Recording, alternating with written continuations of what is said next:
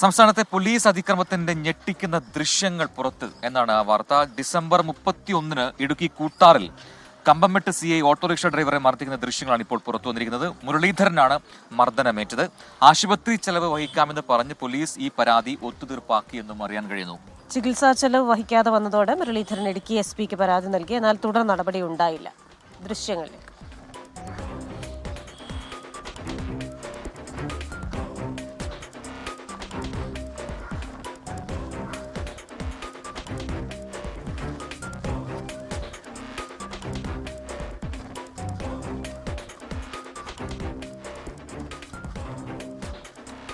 അപ്പോൾ രാഹുൽ വിജയൻ വിശദാംശങ്ങളുമായി ഇടുക്കിയിൽ നിന്ന് ചേരുന്നു. Rahul, very good morning. ഇപ്പോൾ ഇടുക്കി ജില്ലാ സമ്മേളനം CPIM ജില്ലാ സമ്മേളനത്തിലൊക്കെ ആഭ്യന്തര വകുപ്പിനും പോലീസിനുമെതിരെയൊക്കെ രൂക്ഷ വിമർശനം ഉണ്ടായിരുന്നു. തുടർന്നാണ് ഇപ്പോൾ ഇത്തരത്തിലുള്ള വാർത്തകൾ കൂടി വരുന്നുണ്ടല്ലോ, പോലീസ് അതിക്രമത്തിന്റെ വാർത്തകൾ. അപ്പോൾ ഇതുമായി ബന്ധപ്പെട്ട ഏറ്റവും പുതിയ വിവരം എന്താണ്?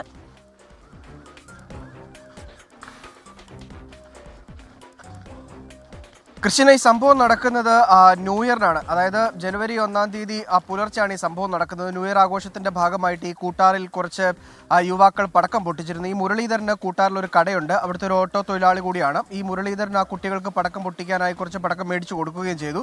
ആ സമയത്താണ് കമ്പംമേട്ട് CI ഷമീർ ഖാൻ ആ വഴി വരികയും ചെയ്യുന്നത്. പടക്കം പൊട്ടിക്കുന്നത് കണ്ട് എല്ലാവരോടും പിരിഞ്ഞു പോകണമെന്ന് ആദ്യം ആവശ്യപ്പെടുന്നു. പക്ഷേ അവർ പിരിഞ്ഞു പോകാൻ ആദ്യഘട്ടത്തിൽ കൂട്ടാക്കിയില്ല. പടക്കം മേടിച്ചിട്ട് പൊട്ടിച്ചിട്ട് പൊക്കോളാമെന്ന് പറഞ്ഞു. പക്ഷേ അതിനുശേഷം പ്രകോപിതരായ ഷമീർ ഖാൻ അവിടെ കൂടി നിന്ന ആളുകളെ ഉന്തി വിടുകയായിരുന്നു. ആ കൂട്ടത്തിൽ ഈ മുരളീധരനും ഉണ്ടായിരുന്നു. മുരളീധരനെ ഉന്തിയതിനു ശേഷം കരണത്തടിക്കുകയാണ്. അത് ആ CCTV ദൃശ്യങ്ങളിൽ കൃത്യമായിട്ട് മനസ്സിലാവുകയും ചെയ്യും. എന്തിനാണ് അങ്ങനെ ഒരു പോലീസുകാരൻ അല്ലെങ്കിൽ ഒരു CI അത്തരത്തിൽ ഒരു മർദ്ദനം നടത്തേണ്ട ഒരു ആവശ്യം പടക്കം പൊട്ടിച്ചതിൻ്റെ പേരിൽ എന്താണ് എന്നുള്ളൊരു വളരെ പ്രധാനപ്പെട്ട ചോദ്യമാണ്. അതിക്രൂരമായി മർദ്ദിച്ചു. കാരണം ആ മർദ്ദനത്തിൽ ആ മുരളീധരൻ്റെ പല്ല് ഒടിഞ്ഞു പോയി എന്നുള്ളതാണ് ഏറ്റവും പ്രധാനപ്പെട്ട കാര്യം. ആദ്യഘട്ടത്തിൽ സാധാരണ ഒരു ഓട്ടോ തൊഴിലാളിയാണ്, ഒരു കട നടത്തുന്ന ഒരാളാണ്, നാട്ടുംപുറത്തുകാരനാണ്. പോലീസിനെതിരെ പരാതി കൊടുക്കാൻ വലിയ ഭയമുണ്ടായിരുന്നു, പേടിയുണ്ടായിരുന്നു, പുറത്തു പറയാൻ പേടിയുണ്ടായിരുന്നു. അതുകൊണ്ട് മിണ്ടിയില്ല.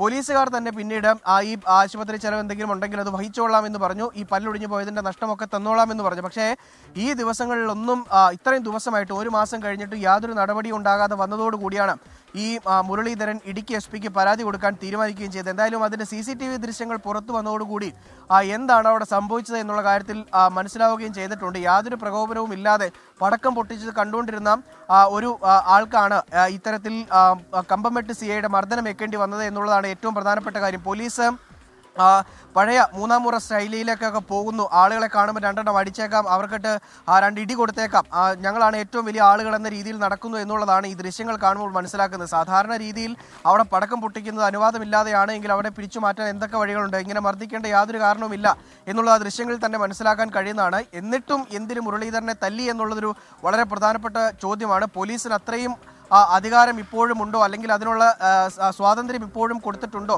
പൊതുജനങ്ങളെ അനാവശ്യമായി തല്ലുന്നതിനുള്ള സ്വാതന്ത്ര്യം കൊടുത്തിട്ടുണ്ടോ എന്നുള്ളൊരു ചോദ്യം കൂടി ഈ ഘട്ടത്തിൽ ഉയരുകയാണ്. എന്തായാലും മുരളീധരൻ നിയമ നടപടിയുമായി മുന്നോട്ട് പോവുകയാണ്. ഇടുക്കി SPക്കാണ് കമ്പംമെട്ട് CI ആയിട്ടുള്ള ഷമീർ ഖാനെതിരെ പരാതി കൊടുക്കുകയും ചെയ്തിട്ടുള്ളത്. കഴിഞ്ഞ ദിവസം ഈ ആളുമാറി ഒരു വിവാഹ സംഘത്തെ ആക്രമിച്ച SI ജിനുവും സംഘവും അതിൽ പറയുന്നത് പോലെ ആദ്യം ഒരു ചെറിയ സ്ഥലമാറ്റത്തിൽ ഒതുക്കുന്നു, പിന്നീട് വലിയ പ്രതിഷേധം ഉയർന്നപ്പോൾ അത് സസ്പെൻഷനിലേക്ക് മാറി. അതിന് പിന്നാലെയാണ് ഈ വാർത്ത പുറത്തു വരുന്നത്. ഇത് സംഭവം നടന്നത് കഴിഞ്ഞ മാസമാണ്, ഡിസംബർ 31-നാണ്. അപ്പോൾ നോക്കുക എങ്ങനെയൊക്കെ ഇത് മുക്കാൻ നോക്കി എന്നുള്ളതാണ്. അതിൽ ആ പാവത്തിനെ എന്താണ് ഈ പറഞ്ഞ് പറ്റിക്കുകയും ചെയ്തു. മൊത്തം ചികിത്സാ ചെലവും വഹിക്കാമെന്ന് പറഞ്ഞു. അപ്പം എന്താണ് സംഭവിച്ചത്? ഒരുപാട് പ്രേക്ഷകർ പറയുന്നു വെയിൽ തന്നെ വിളവ് തിന്നുന്നു, എന്താ ചെയ്യുക എന്ന് ചോദിക്കുന്നു. ഇങ്ങനെയുള്ള ഏമാന്മാരെ ഗൂണ്ടാ ലിസ്റ്റിൽ ഉൾപ്പെടുത്തണം എന്ന് സ്വാധീസ് എന്ന് പറയുന്ന മറ്റൊരു പ്രേക്ഷകർ പറയുന്നു. രാഹുൽ ചോദിക്കുന്നുണ്ടായിരുന്നു, അനാവശ്യമായി ആരെയെങ്കിലും തല്ലാനുള്ള സ്വാതന്ത്ര്യം ഉണ്ടോ എന്ന്. ചോദിക്കേണ്ട കാര്യമില്ലല്ലോ, അങ്ങനെ ഒരു സ്വാതന്ത്ര്യം ഇല്ല, ആർക്കും ഇല്ല. അത് പോലീസിനൊന്നല്ല, ആർക്കും ഇല്ല.